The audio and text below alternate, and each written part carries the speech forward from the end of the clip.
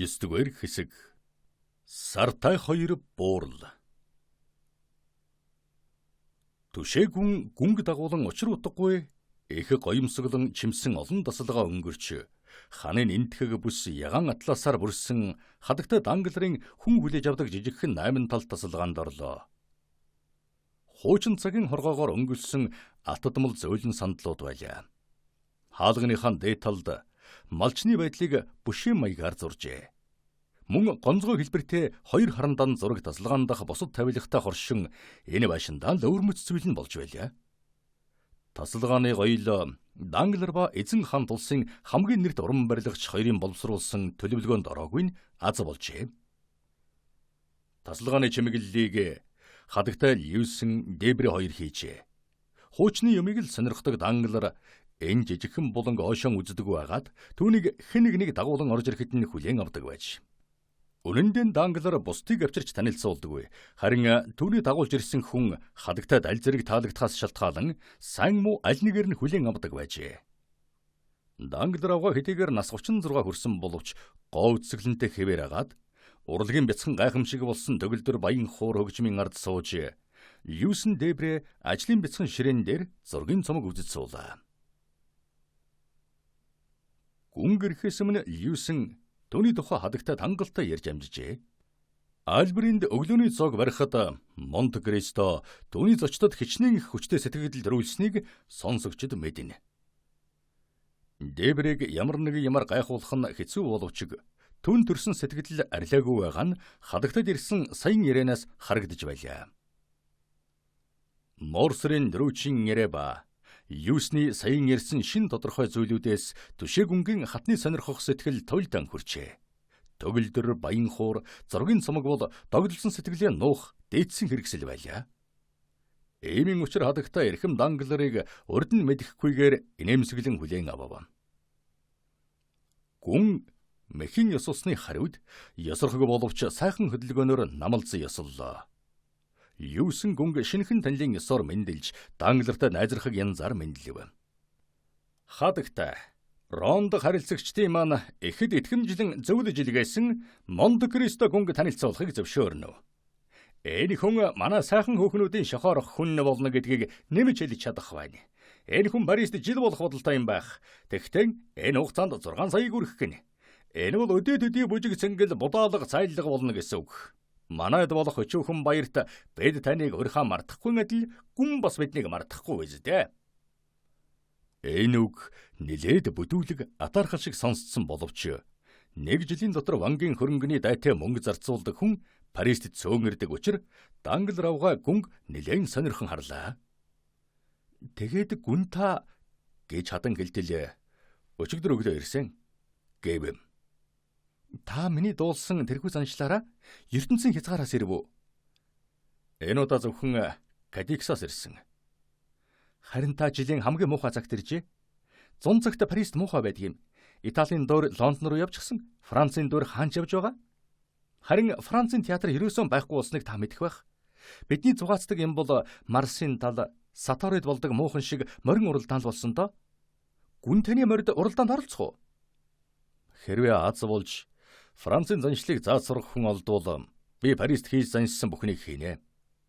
Моринд дуртай юу? Би дорн зүгт амьдралынхаа агсыг өнгөрүүлсэн. Дорндын ардууд гэдэг чинь энэ дэлхий дээр хоёрын үнэлдэг болс байдаг юм. Сайн мор, сайхан хөөхөн хоёр доо. Та ёсыг бодоод ч гэсэн хүүхний төрүүлэн хэлэх байсан юм. Харж байна уу? Би Францын заншилд сургах хүнтэй болох хүслэн илэрхийлсэн маань зөв байгаа биз хадагтай. Энэ үед Данглар авгаан шивгчин орж ирээд эзэгтэйхэн чихэнд хэдий үг шивгэнлээ.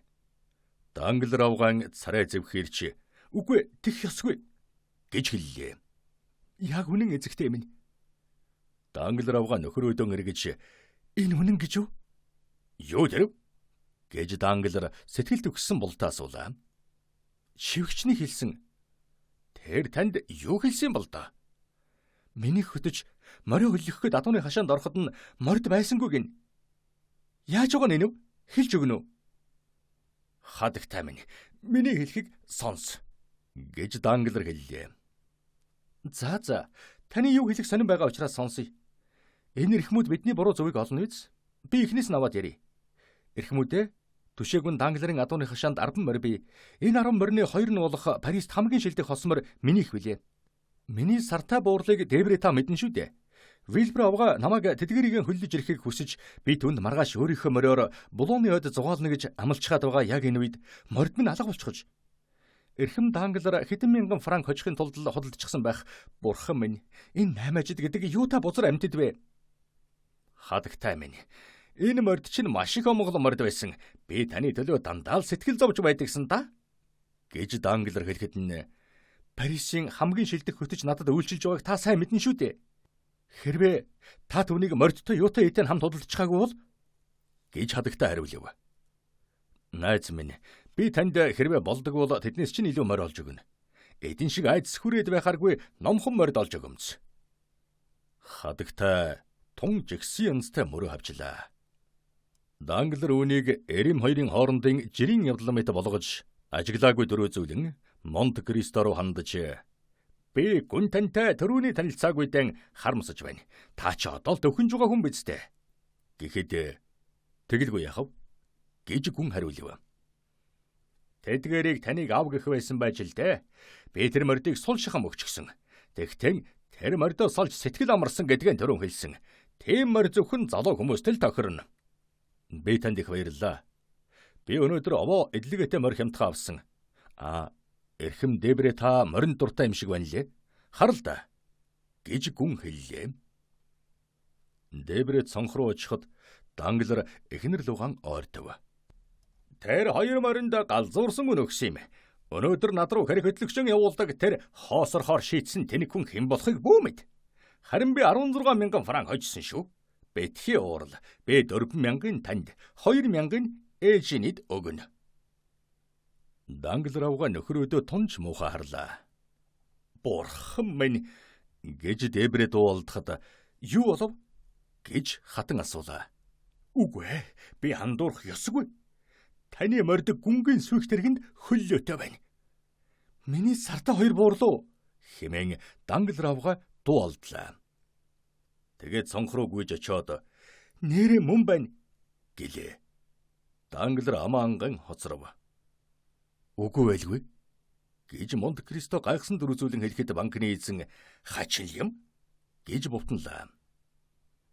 Хадагта Дебред хэдүүг шивнэвэл цаадах нь Монте Кристо руу очиж нөхөр нь энэ морийг хичнээнээр хөлсөлсөн болохыг хадагта мэдхийг хүсэж байна гэв. Үндэ мэдэхгүй байна. Миний хэрэг хөтлөгчл над авчирсан байна лээ. 30-аад мянгаар авсан байхаа. Дебре энэ хариултыг хадагта дамжуулахар явлаа. Дангларын царай маш их зэвхийрч урууцар хэлсэн байхыг хараад гүн түүнийг өрөвцсөн дөрвзүүллээ. Харж байна уу? Хүүхнүүд ийм л хариу талархалгүй улстай. Таны урдаас болгоомжлуулсан чинь хадагтаа сэтгэлийг хөдлөсөнгүй. Хариу талархаагүй гэдэг бол тохирохгүй. Харин ухаангүй л гэж хэлбэл таарах юм. Одоо яа гэхэв? Хамгийн амархан юм бол тэднийг дураар нь тавьж байх явдал да. Түшээгүнтэн. Тэд толгоогоо хагалчих бол өөртөө л гомдохоос өөр яах вэ? Гэж гүн түүнд хэллээ. Данглар юу ч хэлсэнгүй. Удахгүй хатуу ширүү юм болохыг мэдэж байлаа. Хадагтай хөмсгөн өргөж аянга цахилгааны тэнгэр Юпитерийн зулай аадар орохыг бэлгдэх мэт харагдана. Дебре ширүү юм болох төхөж байгааг мэдээд ажилдаа хэмээн яваад өглөө.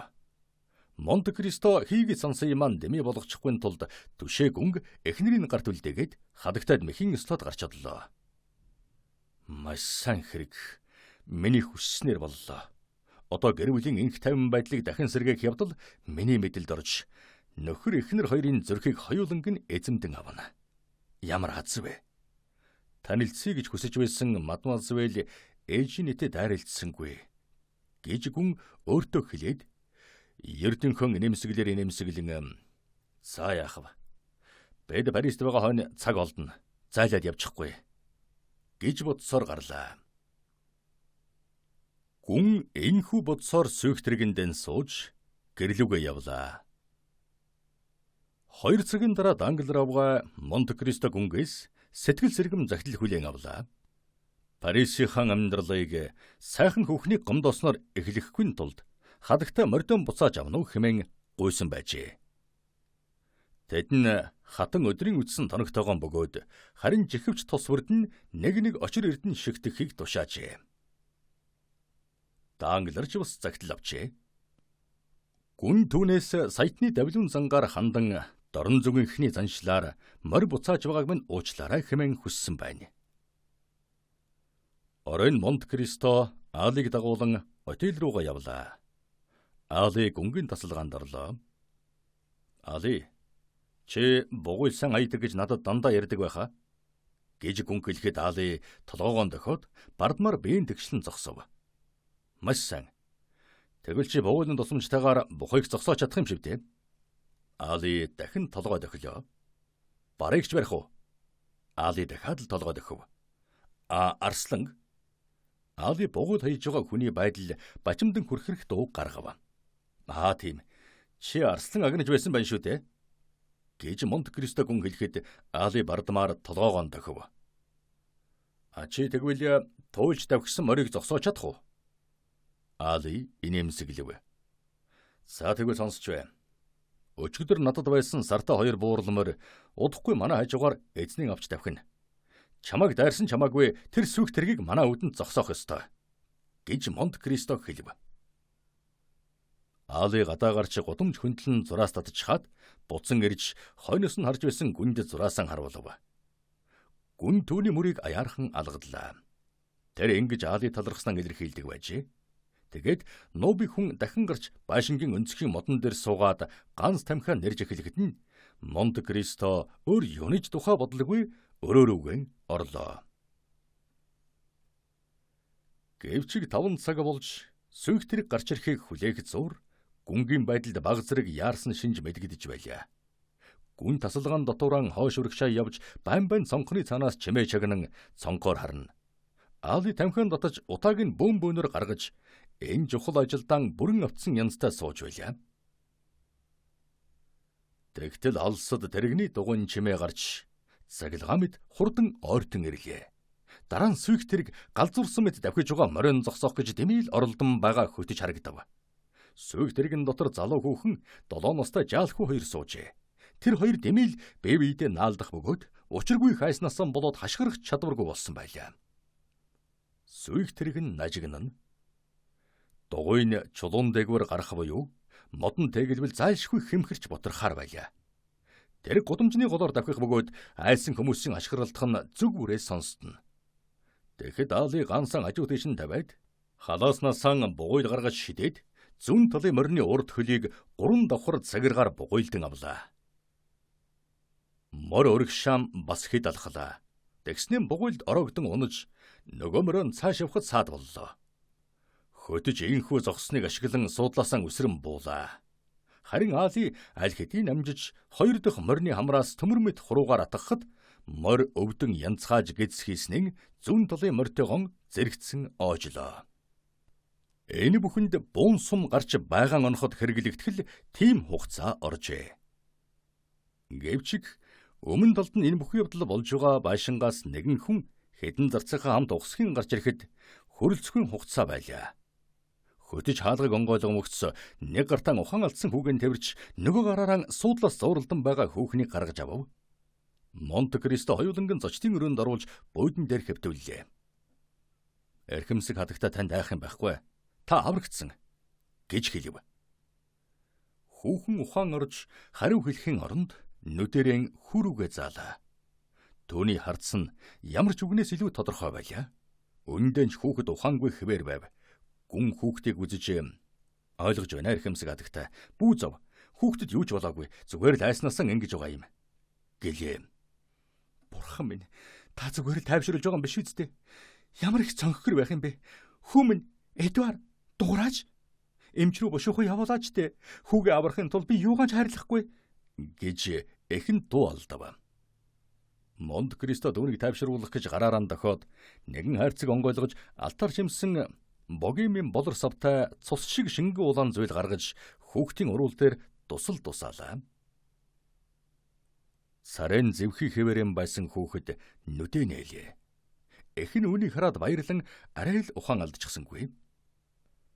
Би хаан байна. Тийм аюултай юмны дараа ийм аз жаргалтай явдал болсны ачийг хэн хариулах ёстой вэ? Гэж хүүхэн хэлэхэд нь таныг уй гашуунаас аварсандаа баяртай байгаа тэр хүний гэрт байна гэж Монте Кристо хариулв. Сануучийн гай ийм байх юм. Данглар авгаа мордын сайхныг Париста яарал гайхыг ярьцгаагаад байхаар нь би түгээр нь зугааж үзмээр санагдсан юм л да гэж хүүхэн хэлв. Яалаа гинэ? Эд чинь түшиг гүнгийн авгаа морд гэж юу? Гэж гүн гайхан дөрөзүүллээ. Тэмээ эрхэм минь, та түүнтэй танил юм уу? Хадагта Данглар та юу? Түүнтэй танилцах завшаан тохиолдсон. Энэ мордоос болж аюул дороод аврагдсан тань маш их баяртай байна. Яагаад гэвэл та энэ золгүй явдлын бурууг надд өгч болох байсан юм. Би энэ мордыг өчигдөр төвшөөгүнээс судалж аваад хатын гомдоо очихсноо мэдээд тэр өдөрт нь буцаагаад өгчихсөн юм л да. Тэгвэл та чинь Эрмин агийн тэгтлийг яриад байсан Монте Кристо гүн байх нэ? Тэмээ эрхэмсэг хадагтай гэж гүн хариулв. Намайг Ильоса де Вильбор гэдэг. Гүн огт дуулаагүй хүний нэр сонссон хүний байдлаар мэхин хүндэглээ. Эрхэм Вильбор танд яасыг баярлах бол? Та бид хоёрын амийг аварч түүн эхнэр хүүхэд хоёрыг нь эргүүлээ өглөө. Хэрвээ таны зоригт зарц байгаагүй бол бид хоёр хоёулан баларх байсан юм. Эрхэмсэг хадагтай минь. Та хоёр ямар аюулд ороод байсныг бодхоос л хэцүү байна. Тэр хүний эрэлхийг зориг цаашаа хөхүүлэхийг та зөвшөөрөх байх гэж би найдаж байна. Үгүй шүү. Алиг минь магтаал шагналаар бүү муузан сурагчхаарай да гэж гуй. Али бол миний боол. Тэр таны амийг аварснаар надад үйлчилж байгаа хэрэг.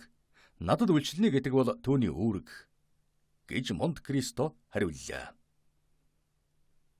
Хадагта Вильбор түүний захирангуй дунд номхорсон боловч гэхдээ л ам би хайрлаагүй дээ гэхэд нь тэр амийг би аварсан юм. Тэгэлэр ам би надад хамаарагдах ёстой гэж Монте Кристо хариулв. Вильбор авгаа дуугүй байлаа. Энэ хүн яагаад харсан хүн бүхэндээ ийм хүчтэй сэтгэл төрүүлдэг юм бэ гэж бодож байсан байж магадгүй. Энэ чимээгүй байгаа богинохон хугацаанд эхтэн үнсүүлэн таалуулан байгаа хүүхдийг гүн сайн харж амжлаа. Бяцхан эмзэгхэн бөгөөд улаан шар үстэй хүүхдүүдэд байдаг цагаан арьстай хүүхэд байлаа. Хөнгөр духруу унжсан өтгөн хар үс нүүрийн эмжин хүрээлэх мэт мөрөн хүртэл унжиж залирхаг хоржин барын нүдний харцыг бүдгэрүүлнэ.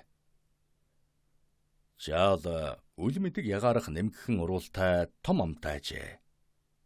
Энэ 8 настай хүүхдийг царайгаар нь үгүйдэл 12-тэй гэж хэлж болмоор. Жаалхүү дөнгөс сэргэмгцэн эххийн гараас усхийн гарч гүнгийн өнөх шингэн зүйлийг гаргаж ирсэн хайрцаг руу очиж дуртай юмаа хинээс ч асуулгүй хийж сурсан хүүхэд зангараа болор савнуудыг оролдож эхлэв. Найз минь эднийг бүү оролд гэж гүн яаран хэлээд энэ шингэнүүдийн зарим нь зөвхөн уугаад биш үнэртэй торддог юм шүү гэлээ.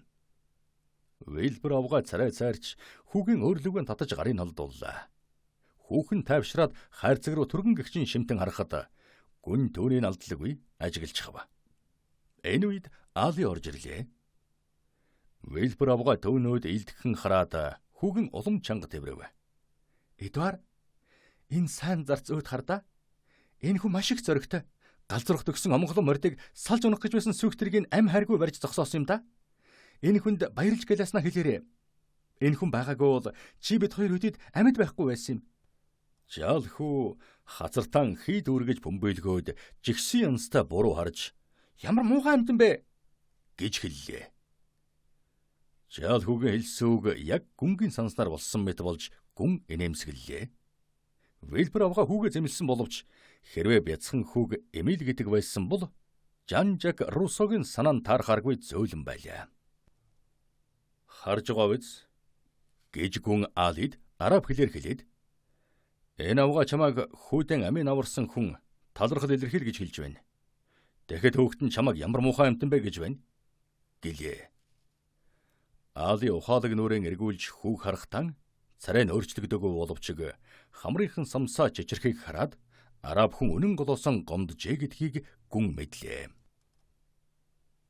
Гүнтэй та энэ байшинд байнга суудгүй гэж Вильбор авгаа Явах гэж босон гон асуулаа.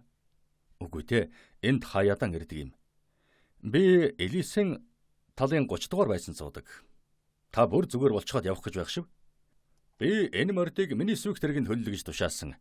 Энэ муухай амтан Али гэдэг гүн жаал хөрөө харан нэмсгэлээд та хоёрыг гэрт чинь хөргөж өгнө. Танаа хөтөж энд үлдэж тэргийг харж засуулаг. Зас дуусмагцсан миний мордоос хөллөж дангал равгаад шууд аваач өгнө гэж гүн хэлв. Үгүй, би юу ч болдог байсан энэ мордоор явахгүй гэж Вилбер авгаа хэлэхэд эд Аалын гарт орохоор хоншиг номхон болохыг та үзнэ гэж Монте Кристо хариуллаа. Тэр завсар Аали их л зовж хөл дээр нь босгосон морд дээр очлоо. Тэр гартан англин үнэртэй цуу шингээсэн далайн хүм барьж очоод хөлс хөөс сахарсан хамар шанааг нарчхад морд тэр дорон дургаад хэдэн орон бүхвийн чичрэн зогслоо. Дараа нь сүйхтэр хэмхэрч болсон явдлын сургаар цугласан олны нүдний өмнө Аали мордыг гүнгийн сүйхтэргэнд хөллүүлээд жолоог нь авч хөтчин суудал дээр суулаа. Саяхан хуй сэлхэмэд хурдлан давхиж байсан мордыг байрнаас нь хөдлөх гэж дашуурдан гуйдаж арай хэмээн хүчээр хөдлөж байхыг харсан хүмүүс ихэд гайхацгаав. Нөгөө их магтагддаг байсан хоёр буурал байдгаараа хөшиж хөдөлж чадхан болжхоод дашуурын хүчээр дөнгөж шогшуулах төдий байлаа. Вилбер авгаа гэрн байдаг Сент Ониред 2 цаг шахам явж очижээ. Вилбер авгаа гэртээ ирээд гэр бүлийн сэтгэл хөрсөн яриа хөрөө намдж эхлэмэгц дангал равгаад дараах цагтлыг бичлээ. Хард Эрмина. Бидний өчигдөр оройн яриа болоод байсан өнөөх Монте Кристо гүн хүү бид хоёрын амийг гайхамшигтайгаар авралаа. Би тэр хүнтэй өнөөдөр ингэж дайрлана гэж огт бодсонгүй билээ. Өчигдөр таныг тэр хүний гайхан шагшран ярьж байхад би хамаг муу үгээрэн ёжлон тоглоом хийж байсансан. Харин өнөөдөр бол тийм хүнийг үнэлэхдээ дэндүү багаар гайхан шагширч байжээ гэдгийг мэдлээ. Ранилагийн тэнд таны морд авч тавхаад хэрвээ гүнгийн тушаалаар араб, негр, нүүб ч юм уу ер нь нэг хар арьсан зарц амиа хайрлалгүй биднийг барьж аваагүй бол бид анх дайралтсан мод чулуу мөргөж өгөх байсан юм. Тэр өрөн бүрэн бүтэн үлдсэн гайхалтай. Гүн тэр дорон гүйж ирээд бид хоёрыг гэртэн аваачиж Эдвардын минь амийг авралаа. Бидний гүнгийн өөрийнх нь сүйх тэргээр гэрт минь хүргэж ирлээ. Танай сүйх тэргийг маргааш буцааж өгнө. Танаа морд энэ золгүй явдлаас хойш бүр холхин буужчихжээ. Тэд хүний гарт ингэж номхорсноо санахаас л өөрсдөө өөчлөж чадахгүй байна уу гэлтэй санагдана. Тэднийг вандуугаар тижээж 2 хоног адууны жүчээн тайван байлгавал өчигдрийг шигээ гялдсан сайхан омглон морд болно гэдгийг дамжуулаарай хэмээн гүн хэлсэн шүү. Баяртай. Зугаал улсан чинь баярлсангүй. Гэхдээ таны мордын омглон зангаас болж танд уурлуул миний зүгээс талархалгүй хэрэг болно.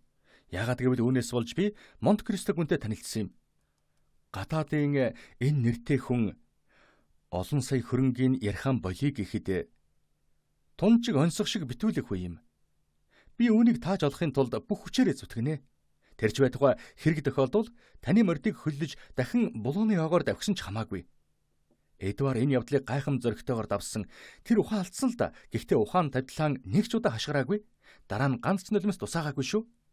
Та бас л намайг эхийн хайраас болоод тэгж байна гэх бах. Гэвч энэ ялах булбраа биеинд хатуу зөрөг байгаа юм байна. Валентина, танай хонгор ээжнийд зүрхний халуун баяр хүргэж байна. Би таныг чин зүрхнээсээ үнсэе. Элиоза де Вилбер. Жич. Энэ Монте Кристо гүнтэй танад ямар нэг аргаар уулзах болцоо гаргаж өгөөч. Би түүнтэй дахин уулзахыг хүсэж байна. Түүнээс гадна эрхэм Вилберийг түүнтэй уулзах болгож чадсан шүү. Тэр тэдний дочин байхаа гэж найдаж байна. Гэжээ. Оройн отелд болсон явдлыг ам амандан ярьцгаалаа.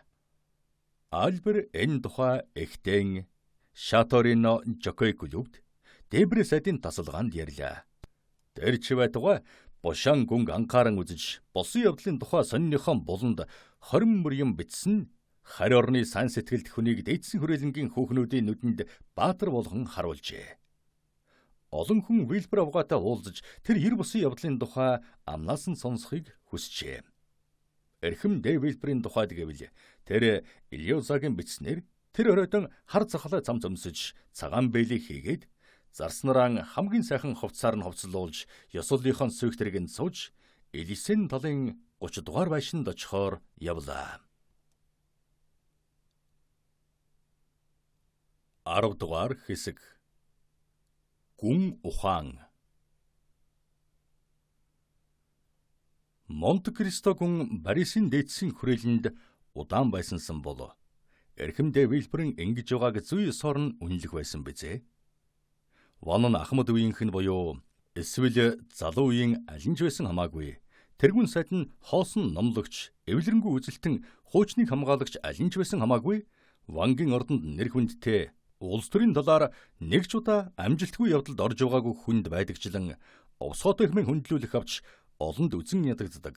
Хэн ч хайрлагддаггүй боловч шиг зөөнхөр хамгаалагдж байдаг. Вильбер шүүх цаазын албанд дээд тушаал эзэлж, Арли ба Моли шиг энэ тушаалан эдэлдэг байлаа.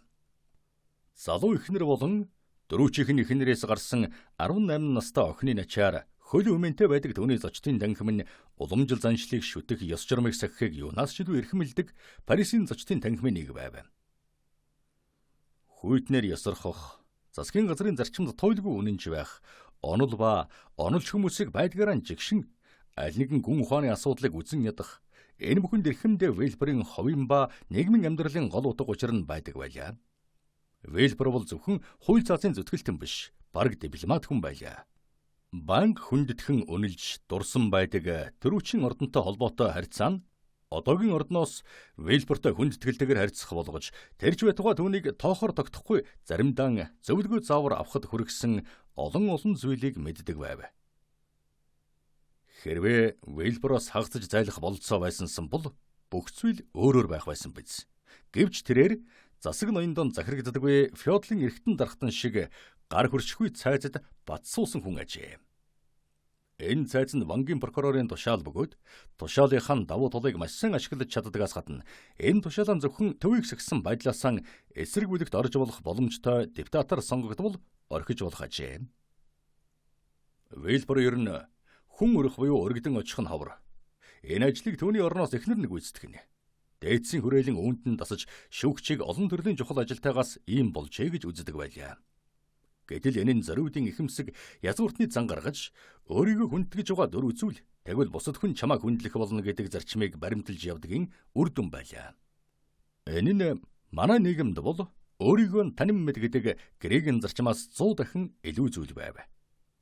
Вильбер нөхөддөн бол хүчрхэг авран хамгаалагч, дайсандан бол эвлэршгүй нууц дайсан юм. Хайхрамжгүй хүмүүст бол Вильбер амьд хүний дүр харагдахаасаа илүү хуулийг дүрслэн харуулсан баримн мэт харагдахажээ. Эхэмсэг байдал, хайнгууд царай, өнгөгүй бүүдгэр эсвэл нэвч шүгт харсан ардтай энэ хүний байр суурийг дээрээс нь зовлонгүй овоорсон дөрвөн хувьсгал бий болгоод цаашид уламж бэхжүүлэн өгчээ. Вильбер бол Францын хамгийн сониуч биш, хамгийн өгдөө цөөнтэй хүн гэгддэг аж. Жилд нэг удаа бүжигт наадам зохиох боловч түүн дээр дөнгөж 15 минут орж ирээд гардаг ажээ. Энэ нь Ван ордныхон бүжигт наадамд биеэр байдгаас 45 минутаар бага болов. Вильбер шиж үжиг концерт дээр ер нь олны цугладаг газар огт үзэгддэггүй. Хаяа нэг хөзрөөр виз тоглоход нь өөрт нь тэнцэх ямар нэг элчин төлөөлөгч, хамб ноён ч юм уу, аль нэг ерөнхийлөгч дор хаяж ханы бэлэвсэрсэн хатныг хам тоглогчоор нь олж өгөхийг хичээнэ. Монте-Кристо гүнгийн үүдэнд сөөгтэрэг нь нэрж зогссон хүн иймэрхүү янзын хүн байлаа. Гүн Санкт-Петербургээс хятад орох замыг судлан ширээн дээрх том зураг дээр тонгон байх үед гэрийн дамбал орж ирж эрхэм Вильберийг ирснийг мэдэгдэв. Энэ хүн бол Марсель прокурорын туслах байсан нөгөө хүн буюу Чухамдан тэр хүний үргэлжлэл байлаа. Зарчимдан тууштай байгаль энэ хүний хувьд өөрийн урсгалдан юу ч өөрчилсөнгүй.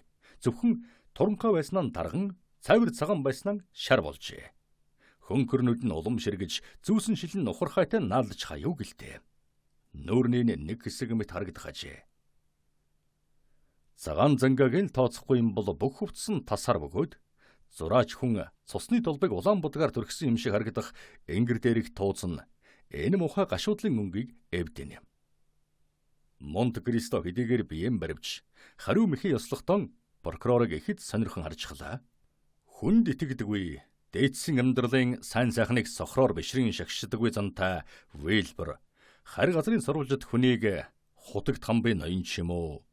1001 шөнийн үлгэрийн султан гэж үзэхээсэн өөр газар ирж ажиллагаагаа үргэлжлүүлэх гэж байгаа залхаа этгээд ч юм уу? Оргож болсон хэрэгтэн биш угаа гэж харах нь илүү байлаа. Энэрэнгүй эзэн та өчигдөр миний эхнэр хүүхэд хоёрт үзүүлсэн үлэмжих ач тустай намайг танд баяр талархлаа илэрхийлэх үүрэгтэй болголоо. Миний танд талархаж байгааг минь хүлээн авна уу? Гэж Вильбер прокурор хүмүүс шүүхийн хурал дээр үг хэлэхдээ хэрэгэлдэг энгийн яриандаа ч гэсэн хагасч чаддаггүй царгаа дуугаар хэллээ. Ингэж хэлж байхдаа ч Вильберийн харц эхэмсэг ширүүн хэвээр байлаа. Тэр энэ үгэн ерөнхий прокурорын ердийн аялгаугаар бялдууч хүмүүс хуулийн амьд хөшөө гэж нэрлэдэг тэрхүү хүзүү толгойн хөдөлдөггүй хөшүүл байдлаар хэллээ. Монте Кристо мөн тийм хүйтэн байдлаар өршөөлт эзэн минь. Эхийн хар гэдгээс илүү гэгэн ариу юм энэ дэлхийд байдгүй учраас эхт нь үрийг авран хамгаалж өгсөндөө би их баяртай байна. Миний хувьд ногдсон энэ ад завшаан танаас үүргэн гэж үзэж байгаа зүйлийг биелүүлэхээс ангижруулж байна.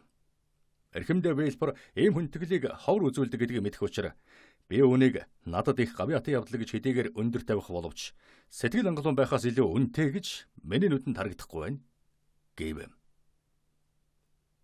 Хойгийн нэвтлэн орох зохилтыг мэдэрсэн даачин шигээр Вильбер гинтийн энэ дайралтанд мэгдэн Монте Кристо хизээч хүндтгэж байгаагүй гэдгийг харуулan зөвөн нэмсгэл оруулдан ээлрэв. Тэгээд найдваргүйгээр алга болсон санагдах яриагаан үргэлжлүүлэх гэж өөр сэдв эрен тасалгааг тойруулан харлаа. Орж ирэхэд нь Монте Кристо гүнгийн үзэж байсан газрын зургийг харж та дэлхийн байдал сонирхож байна уу? Улсын ярьж байгаагаар тань шиг энэ зураг дээр дөрлөгдсөн бүх орныг үтсэн хүнд өргөн хэмжээний судлах зүйлтэй гэж хэлв. Тэмээ. Би таны өдөр бүр цөөхөн хүн дээр хийдэг зүйл буюу өөрөөр хэлбэл сэтгэл судлалын судалгааг хүн төрлөختөнд бүхэлд нь хийх гэсэн юм л да. Сүүлд нь хэсгээс бүхэлд нь шилжснээс бүхлээс хэсэг шилжих нь амархан байх болно. Айлгүрийн үнэн бол мэдэгдэж байгаагаас мэдэгдэхгүй гаргахыг шаардахаас биш, мэдэгдэхгүйгээс мэдэгдэж байгааг гаргахыг шаарддаг юм. Бата суугаач гэж гүн хэллээ. Тэгээд Монте Кристо гүн Вангийн прокурорт сандал зааж өгөхөд цаадах нь өөрөө сандлан ойртуулах хэрэгтэй болов. Харин гүн өөрөө Вильберийн орж ирэхэд өвдөглөж байсан сандал дээрийн суулаа. Ингэж гүн хажуудлаараа нуруугараа хан руу харж нөгөө яриа болоод байгаа дэлхийн байдлын зураг дээр тохиолдсон суулаа. Тэдний яриа байдал төрхөөрөн Морсер ба Данглерын ярьсан яриатай адил авч байр байдал нь өөр байлаа. Энэ завсар аюултай өрсөлдөгчтэй тулгарсан тамирчин бүх хүчээ хурам бэлтгэж байгаа юм шиг хэсэг зур амс хийсэн Вильбер. Та ч гүн ухааны юм ярьж байх шив. Нэрээ би тань шиг хийх юмгүй байдаг гэсэн бол баг уйтгартай ажил сонгож явах байсан юм. Гэж эхлэн ярихад нь таны хэлдэг зөвөө. Нарны гэрэлд хүн гэчиг судлахад эвгүй харагддаг. Ингээд та намайг юу ч хийдгүй гэж хэлв үү? Та өөрөө ямар нэг юм хийдгсэн болов? Хялбарханаар хэлэхэд та өөрийнхөө хийж байгаа ажлыг ажил гэж хэлж болно хэмээн үздэг үү? Гэж Монте Кристо хэллээ. Энэ хачин этгээд ширүүн дайралт дахин хийхэд Вильбер уламжих гайхав. Прокурор ийм зөрөгтэй үгийг дуулаагүй утсан буюу үнэнтэй ангуудаа дуулж байгаа нь энэ ажээ. Вангийн прокурор хариу хэлэхээр шийдэж та гадаадын хүн. Таны хэлснээр амьдралын чинь хагас дорндод өнгөрсөн гэсэн тэглээр хүн төрлөختний шудраг үнний шүүх зэрлэгүүдийн оронд хичнээн ширүүн байдаг бол манай энд болгоомжтой хатуу ирэмбтэй үйлчилгээг та мэдэхгүй байх нь зөвөө гэж хэлв. Мэдлгүй яах вэ? Мэдлгүй яах вэ? Энд чинь эртний доглон цээрлэл байхгүй юу? Би орон бүхний хууль зүйг юунаас ч илүү сонирхож үндэстэн бүрийн эрүүгийн хэрэг таслах ажиллагааг жинхэнэ шудраг үнний шүүхтэй харьцуулж үзлээ. Анхны хүй нэгдлийн үеийн хүмүүсийн өшөө авах хууль бол бурханд хамгийн тааламжтай хууль байжээ гэж боддог.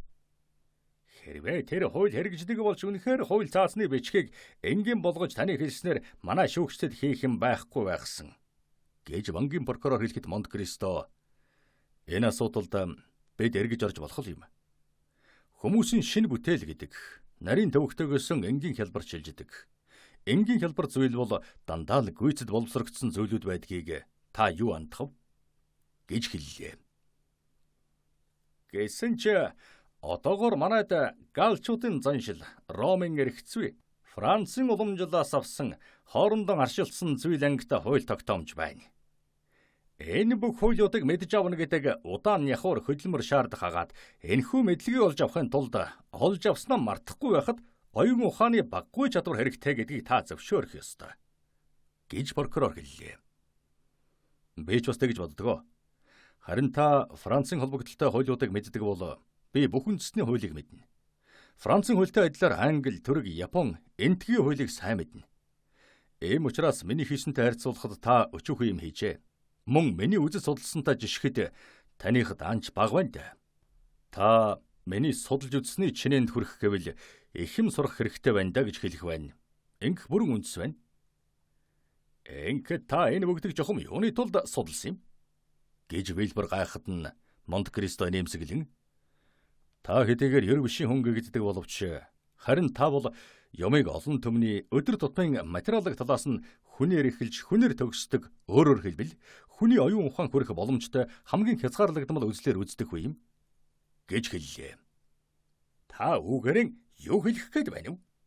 Гэж уламж гайхсан Вильбер асуугаад би таныг огт ойлгохгүй байна гэлээ.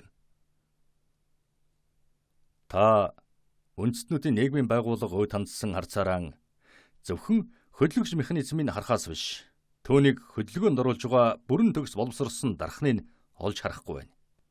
Та орчин тойрондон байгаа сайд эсвэл вангаас тушаан томилсон төшмөдүүдийг харахаас биш, Бурханаас сайд төшмөд вангаас дээгүүр тавьж албан тушаал гүйцэтгэхийн оронд хийх юмаа хийж яв гэж үүрэг өгсөн хүмүүс таны харлагын нүднээс мултран өнгөрөөд байх юм. Энэ бол сайтар боловсроогүй сул эрхтэнтэй хүн гээчийн сул тал л да. Товы өөрийн хараа оруулах гэж ирсэн сахиулсан тэнгэрийг ердийн залуу хэмээн бодсон гэж ярьдаг. Ард түмэн өөрсдийн устгах гэж ирсэн Атиллийг бусад байлдан дагуулагчдын нэг л гэж бодож байсан. Тэглэр тэр хоёр өөрснийгөө Бурхны лүндэнгэр ирснээ мэдэгдэн танигдах хэрэгтэй болсон. Нэг нь би Бурхны илч, нөгөөх нь би Бурхны алах гэж хэлсэн байдаг. Та тэгээд өөрийгөө саяхан хэлдэг ервшин хүний нэг гэж үзэж байна уу? Гэж галзуу солиотой амьтантай ярьж байна хэмээн бодон гайхсан Вильберийг асуухад Монте Кристо яагаад болохгүй гэж хэмээн өөдөөс нь асуулаа. Тэгт нь учран олхон болсон Вильбер уучлах хажаам уу? Би танай дэрэгтэн ердийн мэдлэг, жирийн хүний ухаанаас өчнөн их давсан мэдлэг ухаантай хүнтэй танилцна гэж мэдсэнгүй. Соёл иргэн шилгээчд эвдэгдсэн бедмэтийн хөөрхөн хүмүүс, тань шиг ийм үлэмж хөрөнгөтэй баян хүмүүс дор хаяхад ингэж батлаад байгаа юм. Би танаас юу ч асуугаагүй. Хүмүүсийн ярьж байгааг л давтан хэлж байгаа юм шүү. Өөрөөр хэлбэл азан дайрсан ийм хүмүүс газар дэлхийн баялагаас хувь заяан татгалзаад байгаа тэдгээр хүмүүсийг тайвшруулах гэсэн юм шиг нийгмийн асуудал, гүн ухааны мөрөөдлийн хойноос хөөцөлдөн цагаан өрхийг тэгтлэн таашаадгүй юм да. Гэж хэллээ. Та одоогийнхоо энэ эзэлж байгаа өндөр тушаалд хүртэл явахдаа хаяа уучлагдах зүйл би гэж нэг ч удаа бодоогүй, тийм юмтай дайралдаагүй явлаа гэж юу? Та өөрийн энэ хурц мэргэн байж таарах хараагаан ялд унсан хүнийхээ хамгийн гүн дотор ортол харахыг хизээж бодоогүй юм гэж юу? Шүүгч хүн бол зөвхөн хуулийг хамгийн сайн хэрэглэгч, хамгийн бүрхэг бүтдэг зүйлийг овжноор тайлбарлагч байгаа зогсохгүй. Харин хүний зүрхийг шинжлэгч ган хэмжүүр, амьд сэтгхүү бүхний бүтээгдсэн тэр алтны хольц их баг алин болохыг шалган хольцыг турших шалгуурын чулуу болж явах ёстой юм биш үү? Гэж гүн хэллээ. Та намайг мухардуулж байна. Гэж Вильбер хэлээд тань шиг ийм юм ярьдаг хүнтэй хизээч би дайралцсангүй гэлээ. Энэ бол та ердийн амьдралын хүрээнээс хэтэрч гараагүйг Бурхан үл үзэгдэгч онцгой бүтээлээрэн дүүргсэн тэр өндөр дээд орчинд хүрэхийг зүрхэлж байгаагүйг тань харуулж байна. Тэгвэл та ийм орчинд байдаг, тийм үл үзэгдэгч онцгой бүтээлүүд бидний хүрээлэн байдаг гэж хэлж байгаа юм уу? Яагаад тийм байж болохгүй гэж? Та амьсгалж байгаа. Дөнгүүгээр амьдрч чадахгүй агаарыг хардаг гэж юу? Тэгвэл бид таны тэр ярьж байгаа юмыг чинь харж чадахгүй байх нэ? Үгүй дээ. Бурхан түүнийг вэйтэй зүйл болог гэж хүсвэл та харж чадна. Та тэдгээрд хурч, тэдэнтэй учирч ярилцаж, тэд танд хариу хэлэх болно. Бурханы тийм бүтээлүүдийн нэг надтай дайралдах үед нь урьдчил мэдчихсэн байх юмсан гэж Вильбер инээмсэглэн хэллээ. Таны хүсэл биелээд байна шүү дээ. Танд урьдаас хэлсэн. Одоо ч бас дахин хэлчихье. Тэгэхээр та өөрөө тийм ээ. Би тэр онцгой бүтээлийн нэг. Одоо хүртэл энэ ертөнцийн нэг ч хүн миний байгаа шиг байдалтай байгаагүй байх. Хаант гүрэнж гэлээ, уул ус, элэг буруу зан заншил ч юм уу өөр хэл аялгуугаараа хязгаартай байдаг. Миний хаанчлал бол орчлын ертөнц шиг хязгааргүй уудам. Би бол Итали, Франц, Энэтхэг, Америк, Испани хүн аль нь ч биш. Би бол космополит хүн.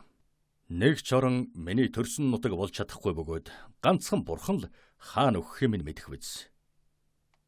Би газар бүхний заншлыг дагаж хэл бүхнээр ярьж чадна. Та намайг Франц хэлээр өөр шигийн чөлөөтэй цэвэр ярьж байгаа болохоор Франц хүн гэж бодож байгаа биз? Миний нууби хүн Али намайг араб үндэстэн гэдэг. Миний хэрэг хөтлөгч Бертуччо намайг Ромех гэдэг. Миний эргчлөөгүй Бол Гайде намайг грек хүн гэдэг юм. Би нэг ч оронд хамаагүй. Нэг ч засгийн газараас хамгаалт ирэхгүй. Нэг ч хүнийг өөрийн ах トゥ гэж үздэггүй. Хүчрэхгүйдийн гарыг хөдлөхгүй болгочихдаг эргэлзэл тэнэгэлзэл, дорой хүмүүсийг дорн зогсоочдаг саад бэрхшээлийн аль нь ч намайг хөдлөхгүй байлгад зогсоож чаддаг юм да. Надад хоёр хол дайсан би. Тэгтэн энэ хоёр намайг дийлдэг гэж би хэлэхгүй. Яагаад гэвэл би шаргуу зүтгэлээрэн эрхэндэн оруулж чаддаг юм. Энэ бол цаг хугацаа, зай хоёр юм. Гурав дахь нь болох хамгийн аимшигтай өөхөх тавилантай төрсөн явдал. Ганцхан өхлөл тавьсан зорилгод минь хүргэлгүй замд минь зогсоож мэднэ. Бусад бүх зүйлийг би тооцоолсон. Хувь зүйн эргэлт гэж хүмүүсийн нэрлэдэг хоосрол, өөрчлөлт, гинтийн тохиолдлуудыг би урьдаас харсан. Эдгээрийн аль нэг нь надад дайралтаж болно. Гэхдээ аль нь ч намайг унгаж чадахгүй. Би үхээгүй л байгаа цагтаа одоогийн энэ хэвээрээ байх болно. Ийм л учраас би танд хизээч тэр бүхэл Вангийн амнаас сонсохгүй зүйлийг ярьж байгаа юм. Ван танд хэрэгтэй. Бусд хүмүүс бол танаас айдаг. Тийм болохоор та ийм үг сонсоогүй явсан тэр. Манай энэ инээд хөрмөр бүтээгдсэн нийгэмд Вангийн прокурорт очих ямар нэг хэрэг болж магадгүй гэж хэлдэггүй хэн байх вүлээ? Танд өөрт чинь энэ үг хамаагүй юу? Та Францад сууж байгаа болохоор Францын хуулинд захирагдах ёстой биш үү? Би үүнийг мэднэ гэж Монте Кристо хариулаад, би аль нэг улс оронд очихдоо өөрийн мэдих арга замаар тэр оронд байгаа надад тус болох эсвэл дайсан болж болох хүмүүсийг судлан мэдхийг хичээдэг бөгөөд эцсийн эц тэднийг өөрсдөөс нь илүү сайн мэдэж чаддаг юм. Энэ бол аль нэг Вангийн прокурортой уулзах хэрэгтэй боллоо гэхэд түүнийг өөрөөс нь илүү хүнд байдалд оруулахад хүргэдэг юм да. Гэв. Тэгэхэд Вильбер баг зэрэг эргэлзэн та тэгээд хүн гэдэг амьтан уг нь сул болохоор хүн бүхэн амьдралдаа ямар нэг алдаа хийсэн байдаг гэж хэлэх гээв гэж өгсөрөн хэлбэл Монте Кристо алдаа ч юм уу? Эсвэл гэмт хэрэг гэж хайхрамжгүй хэллээ. Тэгвэл хүнтэй ах トゥ болохыг үзэж чаддаггүй таны хэлж байгаагаар таалганцаараа алдаа дутагдлаггүй бүрэн төгс хүн байх нь уу? Гэж Вильбер баг зэрэг дуун өөрчлөгдөн хэллээ. Би бүрэн төгс болсон доо бишээ. Харин намайг хинч нэвт харж чадахгүй хамаг учир нь байгаа юм. За энэ ярэ таны сэтгэл нийцэх байгаа бол болий дээ. Таны шудраг үнний шүүгч нь миний алсын хараа таныг айлгаж байгаагаас илүүгээр намайг айлгахгүй гэж гүн хариулв. Тэгэхэд Вильбер энэ яриаг зогсоох хүсэлтэй байгаа юм байна гэж гүнд хардагдахгүй тулд гүйгүй яалаа гэж. Та энэ хүү урам зоригтой яриагараа намайг ердийн хэмжээнээс минь дээш өргөлөө. Та бид хоёр зүгээр ярилцж байгаа биш, шөөмжлөн хэлцэж байна шүү дээ. Сорбоны их сургуулийн эндэр дээрээс номлогчд ч юм уу гүн ухаантнууд маргалдахдаа бие биедээ хадуу ширүүн үннийг хэлдэг юм. Бид нийгмийн шашны номлол эсвэл шашны гүн ухаанаар оролдож байгаа юм гэж бодъё. Би танд ямар ч гашуун байлаа гэсэн дараах нэгэн үнэн зүйлийг хэлье. Дүү минь, та хэд бардам дээгүр загнаж байна. Та бүхнээс дээрд боловч танаас дээр бурхан байдаг юм. Гэв. Өөрсдийн няц гიშгээгүй, өөрөөсөө дээр хүн уйд босдог тийм бузар амьтдад бол миний бардам сэтгэл бүхнээс дээрд. Гэвч намайг өчүүхэн амьтан болж хувирахаас аварч одоогийн байдалд минь оруулсан бурхан юм нь би бардам сэтгэлээ бөхөөлөгдөг гэж Монте Кристо шүд зун хэлэхэд Вэлбэр өөрийн ирэхгүй цочин агдагс хийлээ. Тэгвэл би гүн танаар бахархаж байна гэж Вэлбэр бүхээрийн туршид гүн гэдэг үгийг ангуудагаан хэлж, хэрвээ та үнэхээр хүчтэй дээд зэргийн ариун гэгэн мэдэж танихын аргагүй юм бол таны хэлдэг зөв. Үндсэндээ энэ бараг адилхан л да. Таны бардам байдал ойлгогдож байна. Үүн дээр л засаг төр үнслэгддэг юм. Гэлээж танд өлглөн хүсэж байсан юм би биз дээ. Тэмээ байсан. Чухам юу? Бүхэн амьдралд нэг удаа тохиолддгийн адил чөтгөр шулам намайг ертөнцийн хамгийн өндөр уулан дээр гаргасан удаа би. Тэгэхэд нэгэн цагт Христосд үзүүлж байсан шиг тэндээс надад орчлон харуулад хүний хүү чи надад баярлахын тулд юу хүсмээр байна гэж асуусан. Намайг удаан хугацаагаар аимшигтай хүсэл мөрөөдөл эзлэн байсан тул би удаан бодлоо. Тэгээд дараа нь түүнд сонсож бай. Би Тэ Тэнгэрийн тухай ямагт сонсож ирлээ. Гэвч түүнийг биеэр нь ч юм уу ер нь адилвтар юм юу ч үтсэнгүй.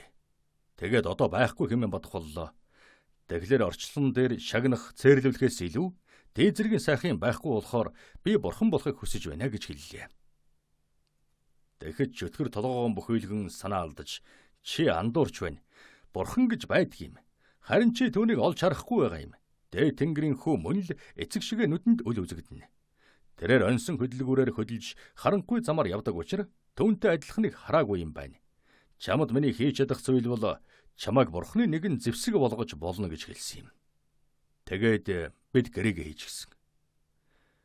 Би сүнсээ үгүй хийж гисэн байж магадгүй. Гэхдээ хамаагүй. Дахиад гэрээ хийх хэрэгтэй болвол дахиад л хийнэ гэж Монт Кристо өргөжлүүлэн ярьлаа. Вэлбэр Монт Кристод хязгааргүй гайхан харлаа. Гүн танд төрөл садан бий юу? Гэж тэр асуулаа. Байхгүй. Би орчлонд ганцаараа хүн. Тэр тусман муу. Яагаад тэрв? Гэж Монт Кристо асуулаа. Яагаад гэвэл та бардам сэтгэлийг тань эвдэж мэдэх явдлын гэрч болж болох юм да. Та зөвхөн үхлээс айдаг гэж хэлсэн байхаа. Би түүнээс айдаг гэж хэлээгүй.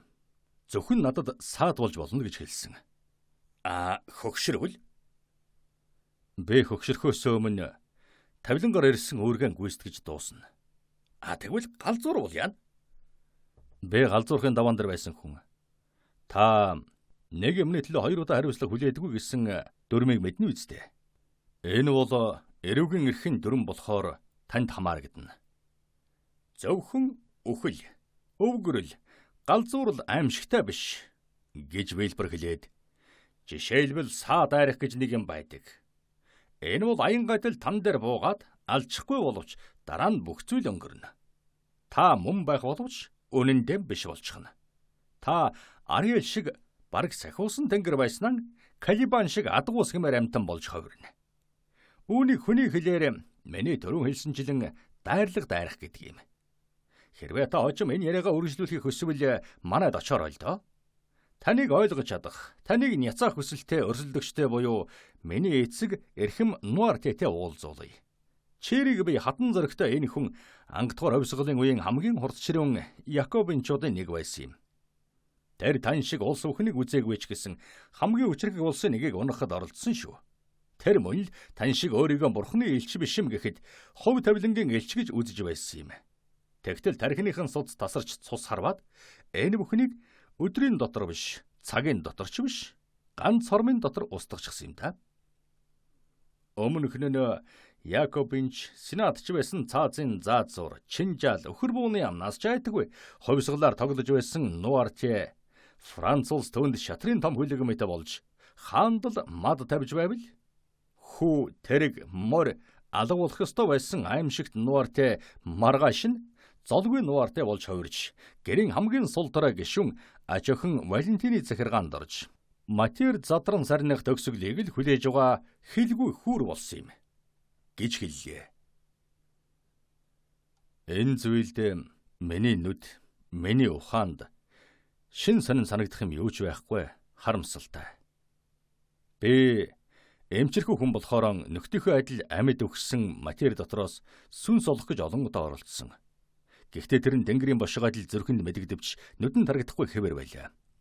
Сократ, Сенек, Геген, Август, Галлын дараагаар хэдэн зуун зохиолчид шүлэг зохиолдоо мөн л таних шиг тэм зөвөрлөлийг бичиж ирсэн юм. Гэхдээ эцгийн зовлон хүүгийн санаа бодлыг хүчтэй өөрчилсөн байж болохыг ойлгож байна. Та намайг урьж байгаа болохоор таны гэр бүлийг тэгтлэн гонхруулж байгаа явдлыг хүлцэнгүй харахаар очие. Хэрвээ бурхан надад түүний ор төлөөсийг өгөөмрөөр хайрлаагүй бол тийм байж болох байсан. Энэхүү булшууд аажимхан алхам яваа. Өвгөний дэргэд амьдралын босгон дээр зогсож байгаа хоёр хүүхэд байна. Нэг нь миний түрүүчийн эхнэр Рене де Сан Миранаас гарсан охин Валентина. Нөгөө нь таны өхлөөс аварч өгсөн хүү Эдуар. Та бурханы энэ төлөөсөөс ямар дүгнэлт хийж байна вэ? Гэж Монте Кристо асуухад миний эцэг гал цогоор бадарч явсан тэр үедэн хүний шударга үнний шүүхээс мултарсан ч гэсэн бурхны шүүхээс мултарч үл чадах алдаа хийжээ гэж дүгнэж байна. Тэгээд бурхан зөвхөн ганц хүнийг цээрлүүлэе гэж бодоод түүнийг ганцаарнг нь нэргсэн байх гэж Вейлбер хариулв. Монте Кристо нэмсгэлсэн хэвээр байсан боловч зүрхнийхэн гүнд хорсон архирсан агаад үүнийг Вейлбер дуулдагсан бол ухаан жолоогүй зүхтаах байлаа. Нэлээд түрүүнд сандал дээрээсэн босод зогсоод ярьж байсан Вангийн прокурор баяр тань оюутан. Би таныг хожим надтай ойр танилцах үед сэтгэл чинь тааламжтай санагдах гүний хүндэтгсэн сэтгэлдээ боцлоо. Би тийм зожигч хүн биш шүү. Тэгээд бас хадагта Вейлбер таны бүх насны найз чинь болно. Гэв. Гүн мэхийн слот Вейлберийг дөнгөж таслахныхан үүдийг хүртэл үдэж гаргалаа. Вангийн прокурор хоёр зарцаан дөрвөлэн сүйхтэргөөд очиход цаадуулан түүний тушаалаар хаалгын яран онгойлгов. Вангийн прокурор явж бараандалд ороход Монте Кристо уртаар амьсгаа авснаа инээмсэглэж за боллоо. Хор шингэж гүйцлээ. Нэгэнт зүрх минь хороор дүүрсэн болохоор хорыг эсэргүүцэх юм олъё гэж хэлв. Тэгээд харанган нэг удаа цохилоо. Би хадагтай дээр орно гэж орж ирсэн Аалид хэлээд хагас цагийн дараа сүйхтэрийг ирүүлээрэ гэж хэлв.